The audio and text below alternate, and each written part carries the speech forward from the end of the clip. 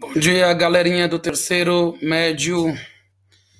Retomando o conteúdo lá de filosofia política, nós saímos do nosso amigo Maquiavel e começamos a falar então dos primeiros contratualistas. Lembrando que esses filósofos do contrato vão já surgindo ali no que nós chamamos de período moderno. A partir do século XVII, 16 para 17, isso já começa a ser desenhado ali na Europa. Claro, todo o contexto histórico, questão dos reis absolutistas e, ao mesmo tempo, todo o movimento de resistência, o próprio iluminismo é um exemplo disso, a esse tipo de governo.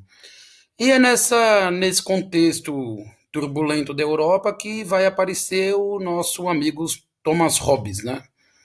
Nosso filósofo aí que vai defender, ele vai fazer uma obra, né, bastante famosa, o Leviatã, que é a obra onde ele vai tentar justificar justamente a existência do Estado absoluto.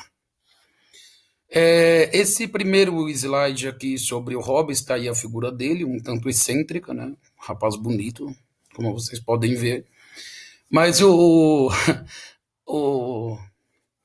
toda a defesa do Hobbes no Leviatã, e aí é um livro longo, né? Precisa aí de bastante empenho para fazer a leitura. São aproximadamente 400 páginas em que o Hobbes vai fazer todo o discurso filosófico em defesa do Estado absoluto. O Hobbes está se colocando, portanto, contra a Revolução Liberal que vai vencer na Inglaterra, como nós já sabemos, com a monarquia parlamentar. O Hobbes, portanto, escreve a obra como oposição a isso e a justificação de que deve-se existir um Estado absoluto. Bom, para que o Hobbes defenda isso, ele vai partir de alguns pressupostos. E o primeiro grande pressuposto que o Hobbes vai levantar é sobre a natureza humana, ou seja, a natureza do homem. O homem, ele tem uma natureza egoísta, e esse egoísmo precisa ser entendido como uma questão natural, tá? Não é que é egoísmo no sentido que só pensa em dinheiro, não. É egoísmo no sentido de que com todos os animais ocorreria isso, com o ser humano não é diferente. A ideia pela própria sobrevivência já resulta em um egoísmo, em que eu me preocupo exatamente com a minha sobrevivência e do meu bando, ou seja lá o que for.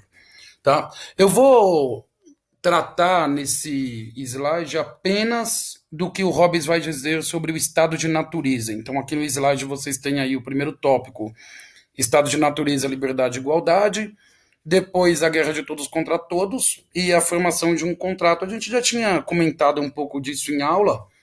Para quem tiver com um livro da edição dos Pensadores da Abril Cultural, nós vamos trabalhar a partir ali do capítulo 13, quando o Hobbes vai justamente falar algumas questões acerca desse estado de natureza do homem. Certo? Bom, logo no primeiro parágrafo, o Hobbes faz a afirmação de que a natureza fez os homens tão iguais quanto as faculdades do corpo e do espírito, que, embora por vezes se encontre em um homem manifestamente mais forte de corpo ou de espírito, mais vivo do que outro, mesmo assim, quando se considera tudo isto em conjunto, a diferença entre um homem e outro não é suficientemente considerável. É essa ideia de que logo, assim, quem é que faz a gente igual? É a própria natureza. Do ponto de vista puramente da natureza, não há diferenças entre os homens. Todos os homens, eles nascem aptos, né, à sobrevivência. Esses homens, eles estão sujeitos aos mesmos problemas, seja a morte ou qualquer outra coisa, violência, e eles são livres. O Hobbes entende como liberdade justamente a ausência de leis. Então, o Hobbes está pensando o seguinte, raciocina assim, o que existia antes do contrato? O contrato é o Estado. O contrato é quando eu estabeleço leis. Como que o homem vivia antes da existência desse contrato? Então ele pressupõe nesse estado de natureza uma liberdade extrema e uma igualdade extrema. Não existia nada que diferenciava os homens. os homens eram igualmente, tanto na violência, quanto na inteligência, quanto na sobrevivência, eles não têm nada que os diferencie. E aí, enfim, ele vai fazer aqui uma série de considerações. Tem um trecho importante em que o Hobbes ele vai dizer que esse estado de natureza vai ruir, ele vai acabar em uma guerra de todos contra todos, porque os homens desenvolvem três causas principais que estabelecem o conflito. Então vamos pensar lá, né? Nós poderíamos pensar aqui, por que afinal de contas vai ter que fazer um contrato? O contrato vai surgir como preservação da vida. Olha o que o Hobbes está tentando afirmar, galera. Sem o Estado, o homem cai em um estado de caos completo. Se não há um Estado para organizar a sociedade, leis, disciplina, etc., o homem se autodestrói, destrói os outros. É isso que o Hobbes está colocando. Portanto, se o homem quer preservar a sua vida, ele vai ter que, pelo contrato, abrir mão da liberdade e da igualdade. Não dá para ele continuar vivendo como no estado de natureza.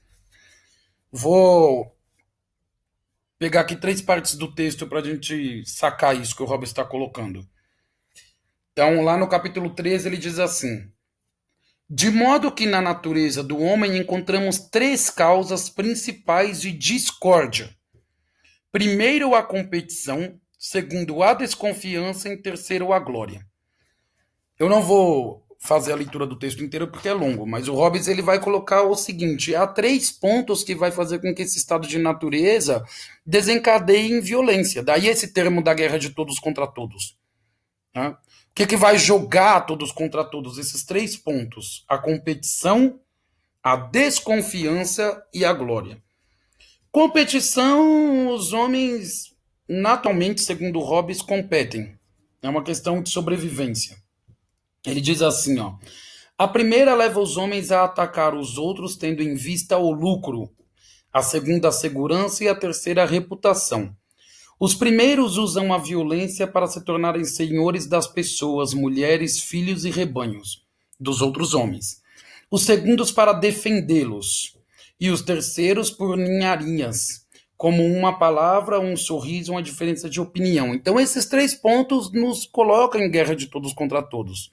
Quer dizer, a gente naturalmente compete, não se sabe exatamente por quê. Perceba que em Hobbes o que faz a gente competir não tem nada a ver com capitalismo, ou sei lá, a gente não tem empatia, essas palavrinhas da moda que vocês adoram usar, não é isso. A gente compete por uma questão de sobrevivência, sei lá, pega a questão do álcool gel, pronto. Não tem para todo mundo, eu tô pensando na minha família, ninguém ama todo mundo assim. E aí a gente começa a competir. E é claro, evidentemente, o desencadeamento de uma violência, seja verbal, seja corporal, que vai fazer com que a gente subjugue o outro. Se você ler lá no livro do Harari, quando ele fala dos neandertais, convivendo com as primeiras espécies de homos e tal, tem uma parte que o Harari ele coloca que essas espécies foram se adaptando e outras sumindo, não porque um estágio evoluiu para o outro, mas porque elas competiram entre si e uma destruiu a outra.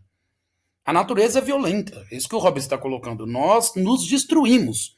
É só para quem acredita nesse papo de que a gente se ama, se tolera, mas em Hobbes isso no estado de natureza não acontece. E é por isso que tem que estabelecer o contrato.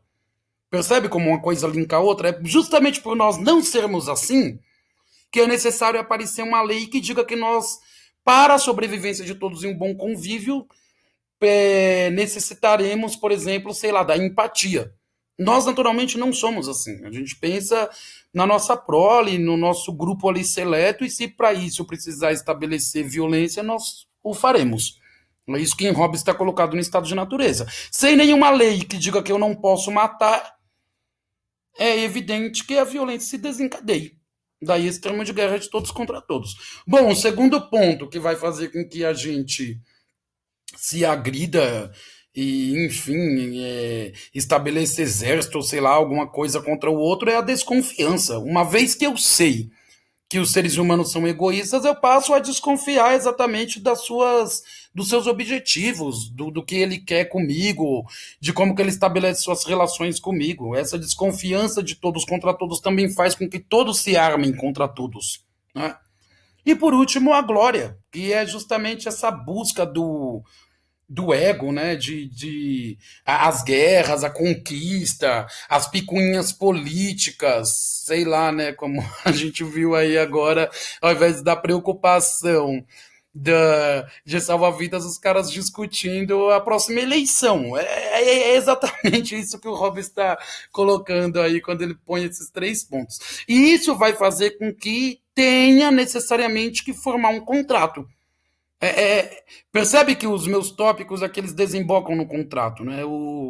A natureza nos fez livres e iguais. Essa liberdade e igualdade nos joga em uma violência de todos contra todos, pelos motivos que eu citei. Sem uma lei para estabelecer que nós não possamos nos destruir, nós nos destruiremos. Daí, então, a importância de existir instituições, e aí pode ser o Estado, o rei, que regule a vida social a ponto de garantir a sobrevivência. Então, para finalizar essa aula, o contrato em hobbies. E aí vocês podem traduzir contrato como Estado, tá bom? O Estado em hobbies é necessário para manter a vida, para manter a sobrevivência, para manter o bom convívio através das leis. Caso contrário, na ausência de lei, o nosso próprio estado de natureza, o modo como nós somos, nos jogaria em um poço sem fim que desembocaria na destruição e aniquilação completa do convívio humano. Tá bom, galerinha? Na próxima aula, aí eu vou tentar demonstrar para vocês, sistematicamente, com o texto, como que o Hobbes, então, vai dizer as organizações institucionais desse Estado. Como que fica isso em Hobbes? E por que a gente, então, vai ter que abrir mão da liberdade e da igualdade? O Hobbes, inclusive, chega a debochar da ideia de liberdade, né? Ele vai falar que os gregos fundaram essa ideia de liberdade em Atenas, mas tinham escravos. Não tem liberdade no fundo, né? Ok? Valeu, galera. Até a próxima.